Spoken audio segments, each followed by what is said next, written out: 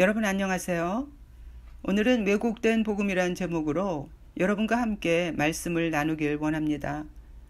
신앙생활을 하다 보면 진짜 알아야 할 복음은 제대로 알지 못한 채 교회 생활에만 익숙해질 수가 있어요. 이것은 교회의 중직을 맡고 있는 분이라 해도 예외는 아닙니다. 이런 현상은 신자에게만 있는 것이 아니라 교회나 교단 차원에서도 볼 수 있어요. 만일 교회가 바른 복음 위에 서 있다면 동성애나 WCC에 대해 지금처럼 모호한 태도를 취하고 있지는 않을 것입니다. 대형 교회나 유명한 교회를 다닌다고 해서 반드시 안전하지 않아요. 지금은 성경을 그대로 전하는 복음적인 교회에서 신앙생활 하는 것이 무엇보다도 중요한 때입니다. 그리고 내가 다니는 교회가 과연 바른 복음을 전하고 있는지 스스로 분별할 수 있어야만 해요. 복음이 왜곡되면 우리의 구원관도 믿음도 다 변질될 수밖에 없어요. 불량품인 거울을 통해서 세상을 보면 바로 볼 수 없는 것처럼 복음의 빛이 구원의 길을 밝히 비춰주지 못한다면 잘못된 믿음을 갖는 것은 너무나도 당연한 것이죠. 사단이 하와를 미혹할 때 모두 거짓말을 하지 않았어요. 하와가 알고 있는 하나님 말씀을 조금 다르게 말함으로써 미혹했던 것입니다. 하나님은 선악과 하나만을 먹지 말라고 하셨는데 사단은 하와에게 하나님께서 모든 과실을 먹지 말라고 하셨느냐고 물었어요. 진리에 거짓을 조금 섞는 것입니다. 복음의 경우도 마찬가지예요. 복음의 어떤 부분을 조금 왜곡시키면 교회는 얼마든지 진리에서 이탈될 수 있어요. 이렇게 복음이 조금씩 왜곡될 때 미혹이 들어오는 것입니다. 여러분이 믿고 있는 복음은 과연 성경적일까요? 만일 내가 믿는 복음이 왜곡되어 있다면 어떤 부분이 잘못됐을까요? 지금부터 여러분과 함께 말씀으로 자세히 살펴보겠습니다. 첫째로 복음은 하나님의 능력입니다. 로마서 1장 16절은 복음에 대해 이렇게 말합니다. 내가 복음을 부끄러워하지 아니하노니 이 복음은 모든 믿는 자에게 구원을 주시는 하나님의 능력이 됨이라. 첫째는 유대인에게요 또한 헬라인에게로다. 성경은 복음을 하나님의 능력이라고 말해요. 복음을 왜 하나님의 능력이라고 말할까요? 바로 우리 안에서 역사하시는 성령님 때문이에요. 그런데 교회는 언제부턴가 성령님과 그분의 능력에 대해 잘 말하지 않고 있어요. 교회가 성령님을 제한하고 복음을 교리 안에 가두면서 복음은 성령의 능력을 잃어버린 도덕과 윤리만 남은 지식이 됐어요. 우리가 이렇게 지식화된 복음을 믿기 때문에 복음을 믿어도 하나님의 능력에 대해서는 알지도 못하고 경험하지도 못하는 것입니다. 왜 복음이 하나님의 능력임을 깨달아야만 할까요? 신자는 모두 마귀와의 영적 전쟁 가운데 있기 때문이에요. 그런데 하나님의 능력을 잃고 지식이 된 복음이 과연 마귀의 공격으로부터 우리를 지켜줄 수 있을까요? 사단이 교회에 풀어놓은 거짓말 중에 가장 큰 것은 신자들이 영적인 세계에 대해 무지하게 만든 것입니다. 현대 교인들은 사단이나 악령의 존재를 실제로 믿지 않아요. 그래서 자신이 지금 마귀와의 영적 싸움 속에 있다는 것을 알지 못합니다. 삶에서 겪는 많은 문제들이 마귀의 짓인 줄 모르고 그저 하나님만 원망하며 시험에 빠집니다. 지금은 특히 우울증이나 불안 때문에 고통받는 사람이 늘어가고 있어요. 사람들은 이것이 영적인 문제에서 비롯된 것인 줄 모르고 단지 정신적인 문제나 스트레스 때문이라고 생각합니다. 마귀는 이처럼 우리를 도적질하고 죽이고 멸망시키려고 하는데 신자들은 영적 세계에 무지한 소경이 돼서 속수무책으로 마귀에게 당하고만 있어요. 제 간증을 잠깐 하자면 저도 오랜 동안 이렇게 마귀에게 눌린 채 살았었어요. 예수님을 열심히 믿었지만 제 삶의 문제들은 해결되지 않은 채 더 악화되기만 했어요.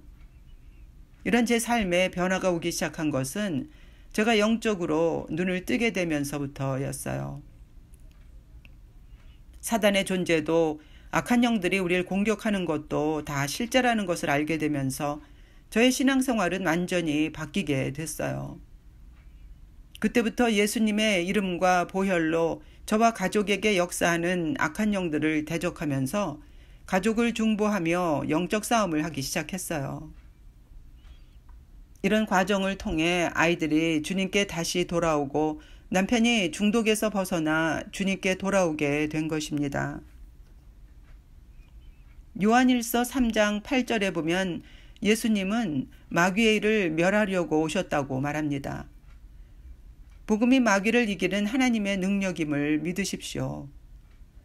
만일 지금 여러분이 삶의 문제 속에서 무력감에 빠져 있다면 여러분이 믿는 복음을 다시 한번 살펴보세요. 혹시 하나님의 능력을 놓치고 있진 않나요? 지식화된 복음은 무력합니다. 복음이 하나님의 능력임을 깨달으시고 복음을 다시 회복하시길 바랍니다. 둘째로 복음이 약속하는 것은 죄로부터의 해방입니다. 말씀을 몇 군데 찾아볼까요? 먼저 로마서 6장 22절을 보겠습니다. 그러나 이제는 너희가 죄에게서 해방되고 하나님께 종이 되어 거룩함에 이르는 열매를 얻었으니 이 마지막은 영생이라. 다음은 로마서 8장 2절입니다. 이는 그리스도 예수 안에 있는 생명의 성령의 법이 죄와 사망의 법에서 너를 해방하였음이라. 구원은 단지 죄사함이 아니라 죄로부터 해방되는 거예요. 죄의 지배에서 자유하게 되는 것입니다. 이것이 복음이 우리에게 약속하고 있는 구원이에요. 복음은 죄로부터 자유와 해방을 약속하는 동시에 믿음으로 죄를 이길 것을 우리에게 요구하고 있어요. 그런데 많은 분들이 복음의 약속을 부분적으로만 알기 때문에 죄를 벗어나지 못하고 무력한 신앙생활을 하고 있어요. 복음을 믿지만 죄를 이기지는 못하는 불쌍한 신사가 된 것입니다. 지금 교회 안에는 은혜에 대해 너무 많은 오해가 있어요. 만일 여러분이 여전히 죄 가운데 살면서도 하나님의 은혜로 나는 용서받았고 죄에서 해방됐다고 믿으신다면 여러분은 거짓에 미혹된 거예요. 로마서 6장 15절은 분명히 말합니다. 그런즉 어찌하리요? 우리가 법 아래 있지 아니하고 은혜 아래 있으니 죄를 지으리요? 그럴 수 없느니라. 하나님의 은혜는 죄를 용납하고 허용해 주는 것이 아니에요. 율법 아래서 죄의 종으로 살던 우리가 죄를 이길 수 있도록 성령의 능력이 우리와 함께 하시기 때문에 그래서 은혜인 것입니다. 하나님은 절대 죄를 용납하시지 않아요. 죄를 실제로 이겨야 죄로부터 해방될 수 있는 것입니다. 로마서 6장 22절 말씀처럼 죄로부터 해방되어 거룩한 열매를 맺어야 영생을 얻을 수 있는 거예요. 죄를 이기려고는 하지 않고 변명하고 합리화하려고 하기 때문에 복음을 왜곡시키는 것입니다. 복음이 죄를 이기게 하는 하나님의 능력임을 깨닫는 것이 진짜 은혜예요. 왜냐하면 성령의 능력이 아니면 성화는 불가능한 것이기 때문이에요. 그런데 문제는 많은 분들이 이 성화의 중요성도 성령의 능력도 알지 못한다는 것입니다. 그래서 죄를 이기고 거룩해지기 위해 애쓰질 않습니다. 성화가 현재적인 구원임을 알지 못하고 단지 상급에 관한 문제라고 생각합니다. 복음의 일부분인 죄사함이 복음의 전부인 줄 알기 때문에 구원에 대해서도 잘못 알고 있는 거예요. 왜 복음이 죄로부터의 해방을 약속하고 있을까요? 바로 성화가 구원의 과정이기 때문이죠. 거룩해지면 좋지만 그렇지 않아도 구원받을 수 있는 그런 것이 아니기 때문이에요. 구약과 신약의 차이가 무엇일까요?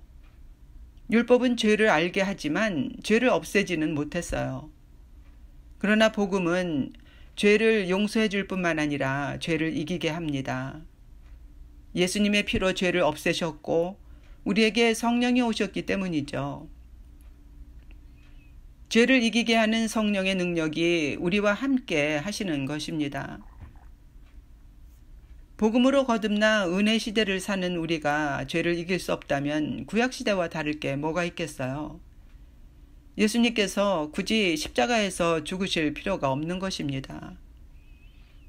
예수님께서 십자가에서 죽으신 이유는 죄의 종이었던 우리 옛사람도 함께 죽음으로써 우리가 죄의 지배에서 벗어나게 하기 위해서였어요.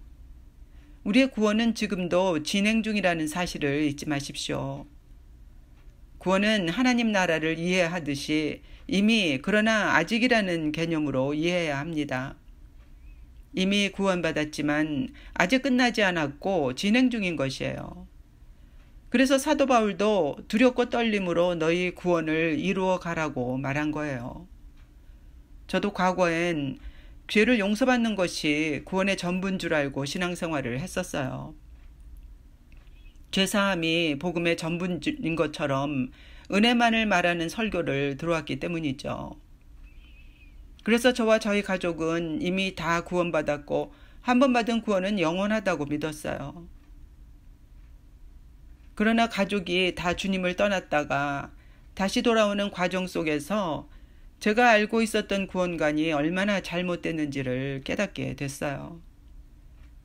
죄를 벗어버리지 못하고 죄의 종으로 살면 결국 사망에 이를 수밖에 없는 것입니다. 구원을 받았다 해도 죄의 지배에서 해방되지 못한다면 얼마든지 구원을 잃어버릴 수 있어요. 홍해를 건넜어도 광야에서 죽을 수밖에 없는 것입니다.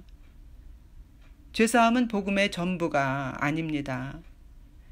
죄 용서가 다인 것처럼 말하는 것은 복음을 왜곡시키는 거예요. 부분이 전부인 것처럼 말함으로써 진리에서 벗어난 것입니다.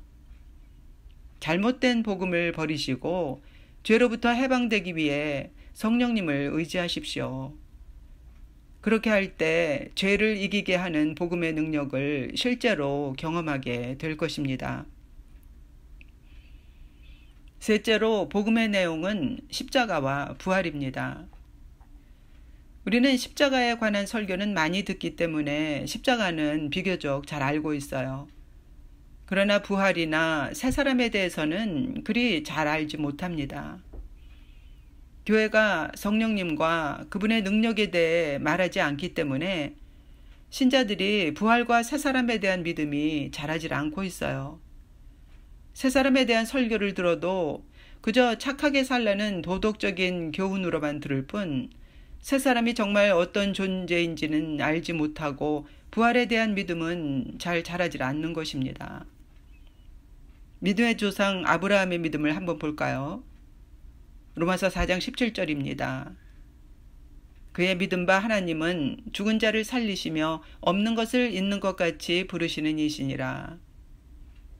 아브라함은 죽은 자를 살리시며 없는 것을 있는 것 같이 하시는 전능하신 하나님을 믿었어요.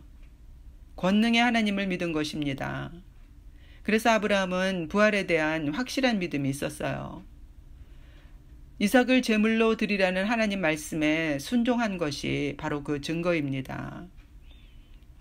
이삭을 죽인다 해도 다시 살리실 수 있는 하나님이심을 믿었던 거예요.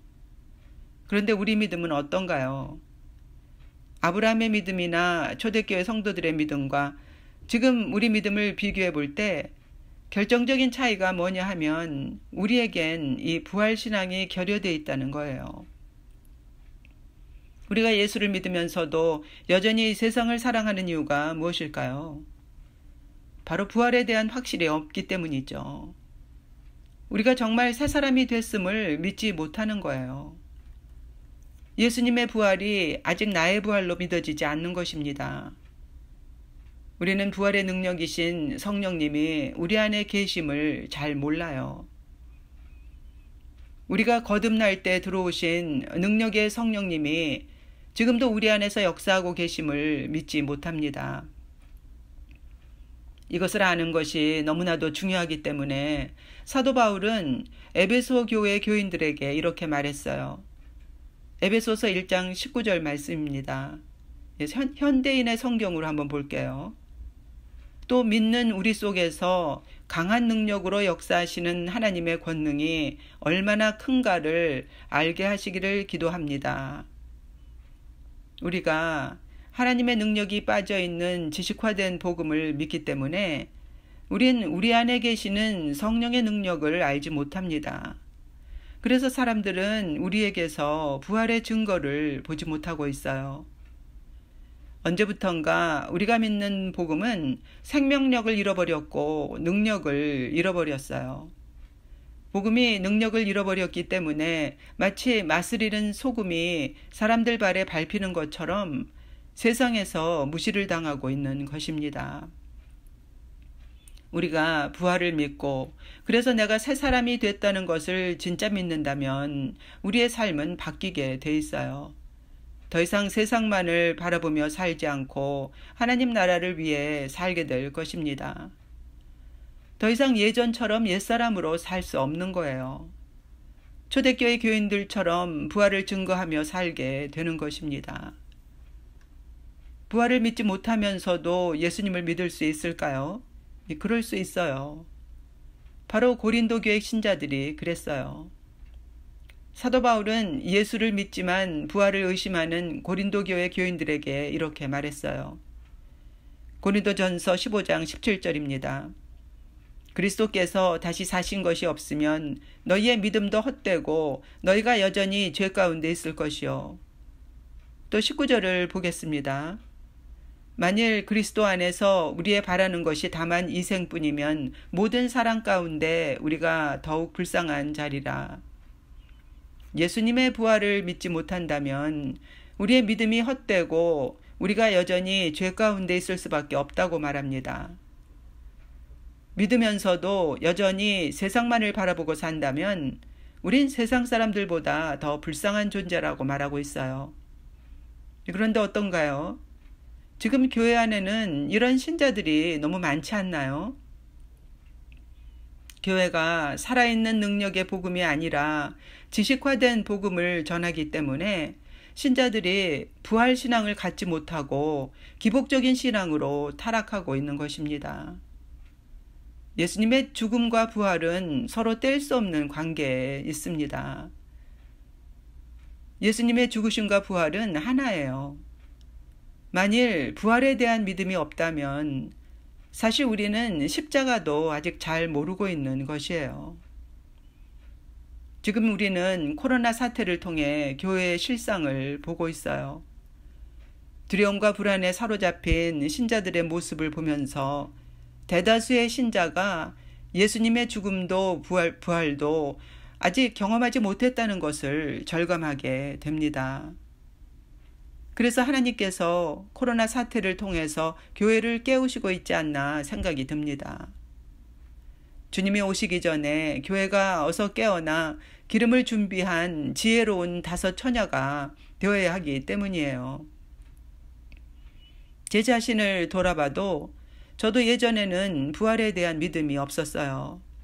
천국을 소망하며 살았지만 그건 부활에 대한 믿음이 있어서가 아니라 단지 고통뿐인 현실을 빨리 벗어나고 싶어서였어요. 제 믿음으론 세상을 이기며 살 수가 없었기 때문이죠. 예수님을 믿었지만 실제로는 부활도 하나님의 능력도 알지 못했기 때문에 제 믿음은 세상을 이기는 믿음이 아니라 현실 도피적인 나약한 믿음이었어요. 실제로는 불신 가운데 살면서도 저는 제 자신이 믿음이 좋다는 착각 속에 살았던 것입니다. 코로나 바이러스 때문에 두렵고 불안하신가요? 세상이 주는 두려움과 불안으로부터 자유하길 원하십니까? 부활신앙을 갖게 해달라고 성령님께 구하십시오. 세상을 이기는 비결은 부활을 믿는 것뿐입니다. 지금 우리에게 필요한 것은 성령으로 충만해지는 거예요. 성령이 오신 목적은 예수 그리스도와 예수님의 십자가와 부활을 증거하기 위해서였어요. 성령님은 예수님의 십자가와 부활이 내 것이 되도록 도와주십니다. 성령 충만하면 내가 이미 죽음을 초월한 부활 생명을 가진 존재가 됐음을 의심 없이 믿을 수 있어요.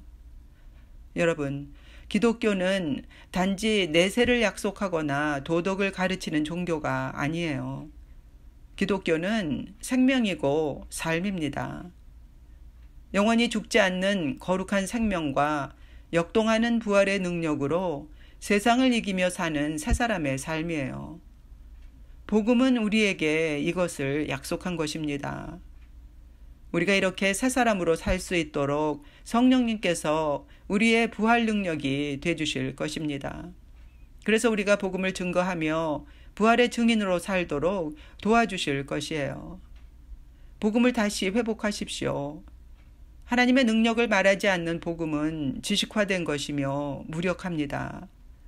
악해져만 가는 세상을 이기려면 왜곡된 복음을 버리고 복음의 능력을 회복해야만 합니다. 오늘 강의를 통해서 여러분의 복음이 능력의 복음으로 다시 회복되길 바라며 시청해 주셔서 감사합니다.